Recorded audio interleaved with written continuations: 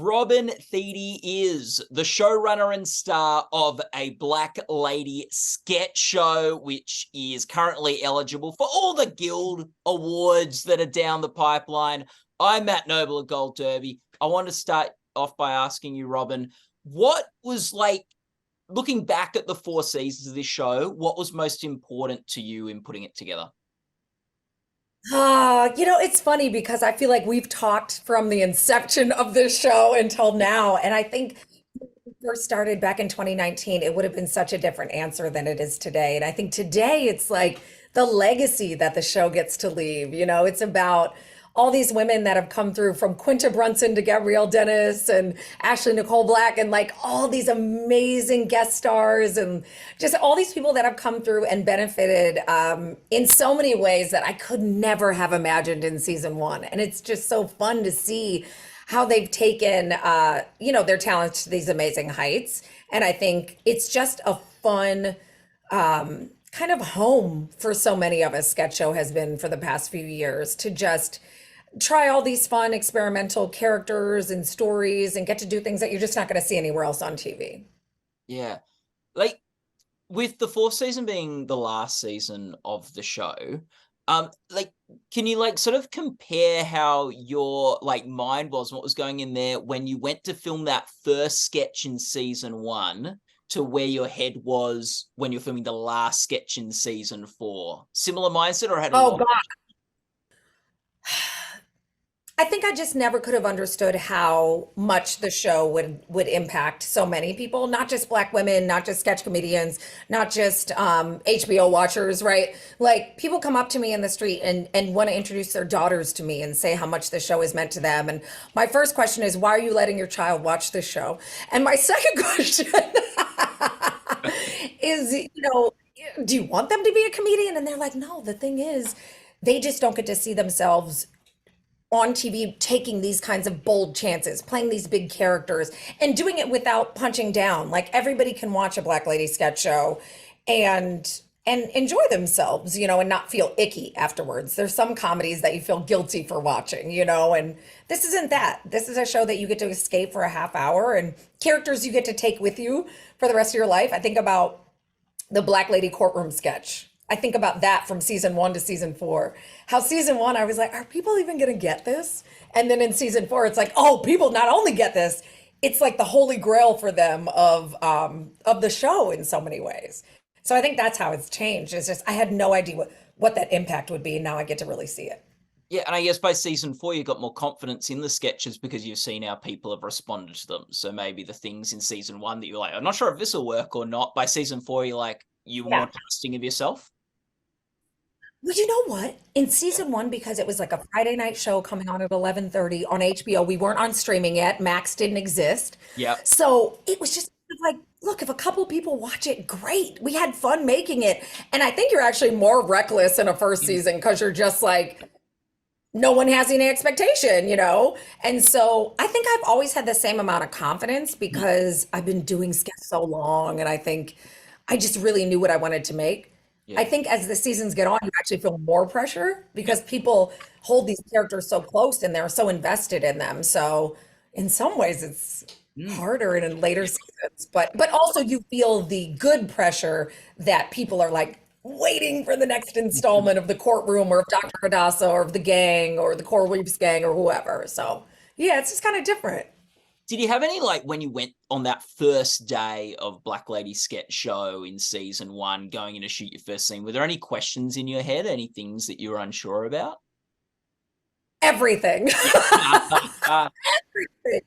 Everything. I mean, from the lighting to the hair to the makeup. How are we going to transform into aliens? How are we going to transform into men? How believable is it going to be? Are we going to do prosthetics? Like, just developing all the rules. Will these sketches recur? Like, oh my God. Like, I had such a clear vision for the tone of the show, but in executing it, once you start, you have no idea. Like even until you get into post, what it's really gonna feel like. And I think our amazing Emmy award winning editors from day one have been so incredible, and they really helped us really hone in on how to make a bunch of funny sketches a full series.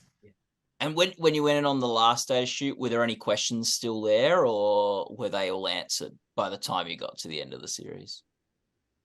No questions, but definitely an endless amount of ideas. Yeah. I will always have sketch ideas. I will always have more guest stars I wanted to have. But, it was also important that we don't overstay our welcome, Mm. and I think to stay on 4 seasons in this environment is such a blessing and so amazing.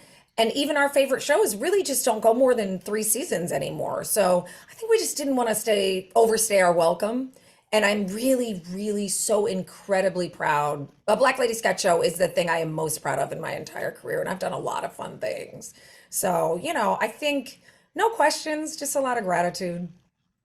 And did you learn anything from the 4 years on the show? I'm guessing yes. So much, so much. Because we made 3 of the 4 seasons still in a pandemic, I learned a new level of empathy and compassion for my crew and my writers and my actors. And um, that was so critical because it makes, like, if somebody's having a bad day or they just, struggling to get their work done, you just look at it totally differently. And it gives you an infinite amount of patience, of grace. And I think that made me a better human. Like, I wasn't a monster, but like, I think it was hard for me to empathize as much with people because I hadn't done it, right? And then once you're in charge of hiring and firing, and I mean, I did it on my late night show, but it was a smaller group. This is a much bigger production. So to be in charge of all of those people, you really take it seriously and it becomes such a family. And it's why our amazing department heads came back year after year after year. Our cast, our guest stars, like, people just couldn't get enough of it. We all enjoyed working on it so much. Yeah. Does empathy and that sort of understanding of people, obviously it's good as a human being to be able to learn those things and understand those things. Does it serve comedy at all? And does it serve the comedy your Yes. how so? I Yeah, I think it does. I think it does because I think it makes things relatable. That's such a good question, Matt. Thank you for that. I think empathy really does inform comedy because here's the thing. So if you hear somebody make a joke and you think it's funny, but you're also like, "Oh, I feel bad for laughing at that thing."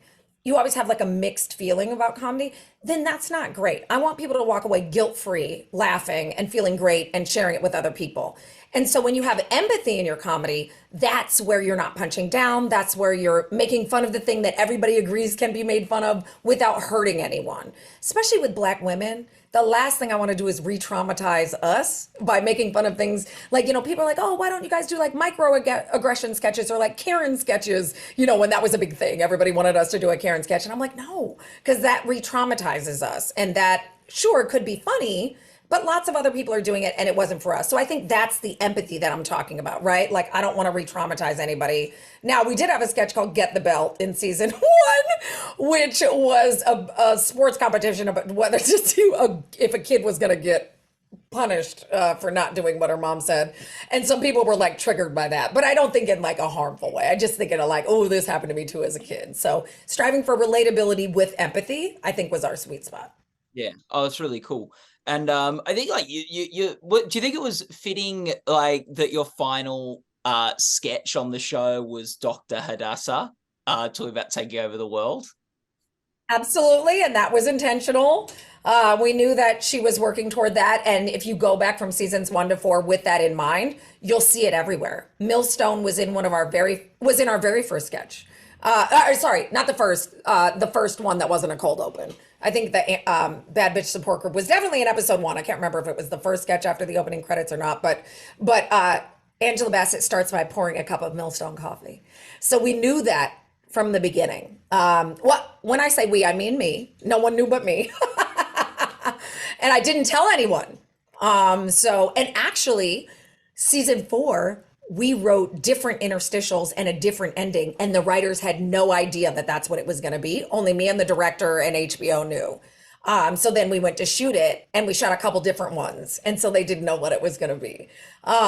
So that was super fun. But yes, I always knew that this was going to be a figment of her imagination via her mind control, and that she was actually taking over the world with her with her AI, basically. So, a little Black Mirror in there and a little bit of commentary. in terms of what it means to have a megalomaniac in control and controlling artificial intelligence, which I think lots of things that people can relate to today. Was she a favorite character to play? In a lot of ways, yeah. I have my favorites are weird because they're like little characters that had like four lines. But yes, she holds a dear place in my heart. And because I know what she means to so many people and how much of the cultural impact she had, I'm in love with her. Like I just think she's ridiculous and funny and she captures a lot of the essence that you wouldn't see on another sketch show. I don't think she would have survived on another sketch show. So I think she lives in a singular universe that was a Black Lady sketch show, which I love too. Yeah. Like for you, what makes something funny? Where do you find comedy? Yeah. So I love the unexpected. I love when things are looked at from a different angle. I love when you see, I mean, I'm going to keep saying relatability, but it's true. You want to be like, oh, I know somebody just like that. I know somebody that my best friend does that. My aunt does that. My mom does that. But yeah, I think for me, it's about the unexpected, tackling like relatable things in an unexpected way. Hmm. And I think the definition of the show, as I've said for years, has been, Black women living grounded experiences, but in that magical reality that we create. And I think that that's so fun because I think for sketch, if it goes too big and too broad, people are like, okay, it was funny, but I can't anchor, anything that I can relate to in it. And our sketches we really strive to make sure that people could relate to things, but that the characters, like no one's going to relate to me thinking I'm a 3-year-old child and I look like an adult in the What a Bum 3 sketches. But, you do relate to somebody really wanting to have a kid and overlooking an obvious scam because she really wants to have kids. I have friends like that. And so, we always take that kernel of real relatable themes and topics and then put the sketchiness and the broadness on top of it and hope that that clicks with people. Is there a sketch that you found easiest to relate to or that you particularly related to over the years? Ooh, Black Lady Courtroom for sure. The Wizard of Oz, which is a really obscure sketch that only if you watch every episode you'll know. But it was about a black beauty salon that actually did all the things that we want them to do, like and then Product Purge, which was also another hair sketch, but it was like the movie The Purge, but you could return your hair products once a year for 15 minutes and get a full refund. And if I could do that, I would be a billionaire. So yeah, there's ones that like, just speak to kind of our experiences as Black women. But then there's also the Dr. Hadassah sketches, the Black Table Talk sketches with Coleman Domingo and Gabrielle Union were just so much fun because they're my friends and I got to really like be relentless with the jokes with them in the improv. So I just love anything where we went way off script, which by season 4 was every sketch.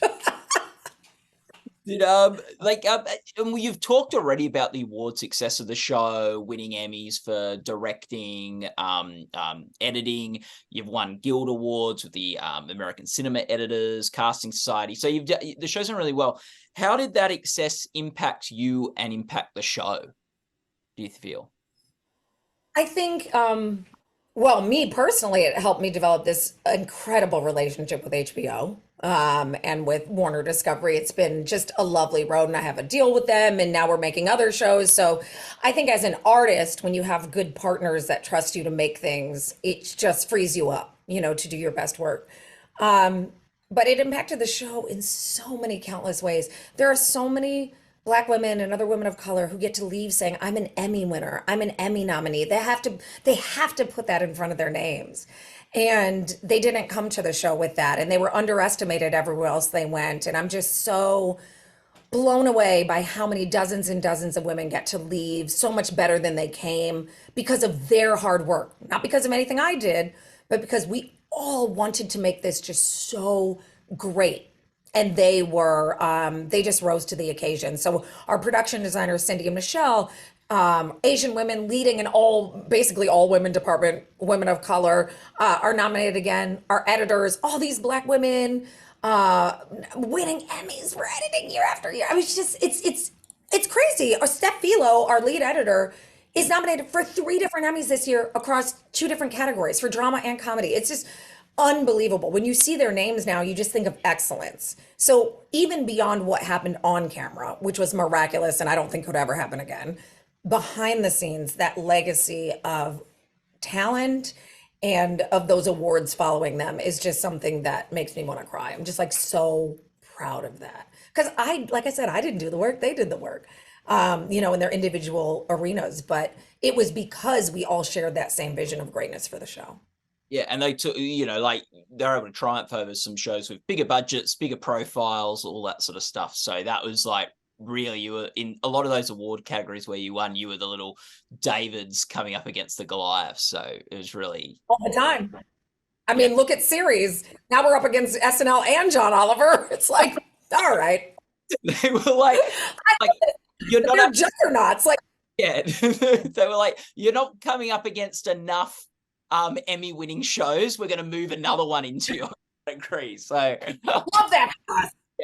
yeah. Oh yeah, fantastic. What is it for you as you've touched on this a little bit already, but as a showrunner, a showrunner of a show with for season 1, had Quinta Brunson in from Abbott Elementary, to now see her as a creator of a series getting awards recognition and getting in that conversation, how does that make you feel?